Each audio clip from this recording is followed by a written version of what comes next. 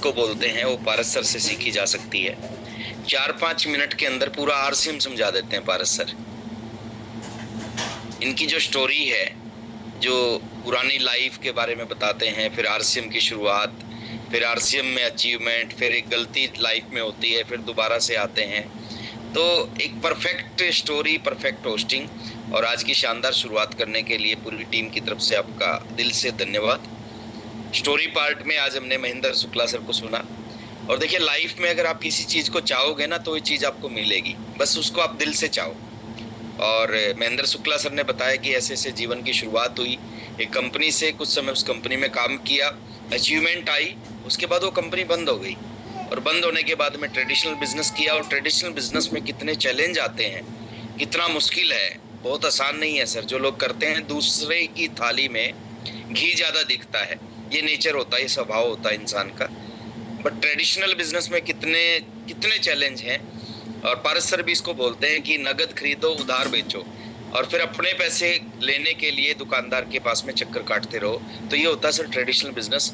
और सर ने traditional business के बारे में बताया। फिर उसके बाद में आरसीएम बिजनेस उनके जीवन में आया। और क्यों आया? क्योंकि वो दिल से चाहते थे कि कोई ऐसी चीज़ जीवन में मिले दोबारा से, ताकि दोबारा से उसमें काम करें और दोबारा से अपनी भी ज़िंदगी बदले और लोगों की भी ज़िंदगी बदले। और आज महेंद्र शुक्ला सर आरसीएम के बहुत बड़े अचीवर हैं और इस महीने आप उनको और बड़ी पिन के ऊपर में देखेंगे। तो एक शानदार स्टोरी के लिए महेंद्र सर आपका बहुत बहुत धन्यवाद। प्रेम बंसल सर आए आज हमारे बीच में और आज हम लक्की हैं, सभी साथी सौभाग्यशाली हैं कि हमने जी भर के प्रेम बंसल सर को सुना। देखिए, सर की जो स्टोरी है ना, बड़ी इम्प्रेसिव स्टोरी है। और जो भी चीज़ यहाँ पे होती है ना, उसको आप अगर पॉजिटिव वे में लेंगे तो आपकी ज़िंदगी बदलेगी।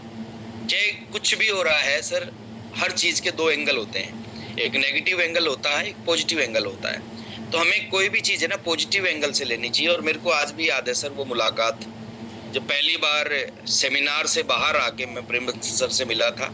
शैलेंद्र धिंगड़ा सर मेरे को उठा के लेके गए थे, बोले कि सर एक बहुत अच्छी शख्सियत है जो बाहर खड़े हैं और आपसे मिलना चाहते हैं, कुछ सवाल है उनके। तो मैं गया और सर ने 2-4 सवाल मेरे से पूछे, मैंने उनका जवाब दिया। और लास्ट सवाल एक ही था कि आपकी इनकम कितनी आती है। मैंने बताया कि मेरी इनकम 82,000 रुपये। तो उन्होंने कहा आप दिखा सकते हो। ऐसा होता है सर, एक जो आम आदमी जो नेटवर्क इंडस्ट्री को नहीं जानता, उनको लगता है इतना बड़ा पैसा थोड़ी आ सकता है। आज मैं कई बार स्टेज से बताता हूँ कि मेरी एक महीने की इनकम 18 लाख रुपए से ज़्यादा आई, 18,20,000 की आई।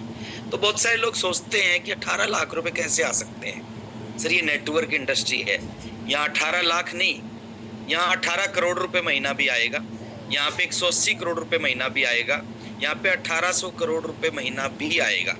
ये बहुत पावरफुल चीज़ है। हम इसको पावरफुल क्यों नहीं मानते? क्योंकि इसमें पैसा नहीं लगता। अगर इस इंडस्ट्री में आने के लिए 100-200 करोड़ लगते तो हम इसको पावरफुल मानते हैं, लेकिन इसमें पैसा नहीं लगता, इसलिए हम इसको नॉर्मल मानते हैं, आम मानते हैं। तो मैंने सर को अपनी इनकम दिखाई, उसमें इनकम आती थी, चेक आते थे, उसमें चेक दिखाया। उसके बाद में अकाउंट स्टेटमेंट थी मेरे पास में, वो मैंने दिखाई कि सर ये मेरी अकाउंट स्टेटमेंट है। और फिर मैंने बताया कि ये तो मेरा इस महीने का और अगले महीने का जो इनकम है वो 1,09,000 रुपये की है। तो बिजनेस जो फाइनल हो गया था, जो ट्रांसफ़र नहीं हुआ था, ये पिछले महीने की इनकम मैंने बताई थी। और वो उन चीज़ों ने प्रेम बंसल सर को मैसेज आया हुआ था मोबाइल में। यस, उस टाइम मैसेज आता था सर, बिल्कुल।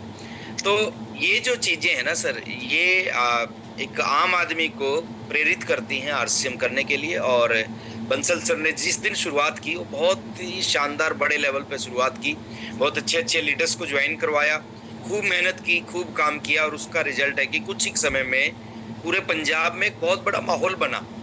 पूरा हिंदुस्तान एक नाम लेता था, लुधियाना पंजाब।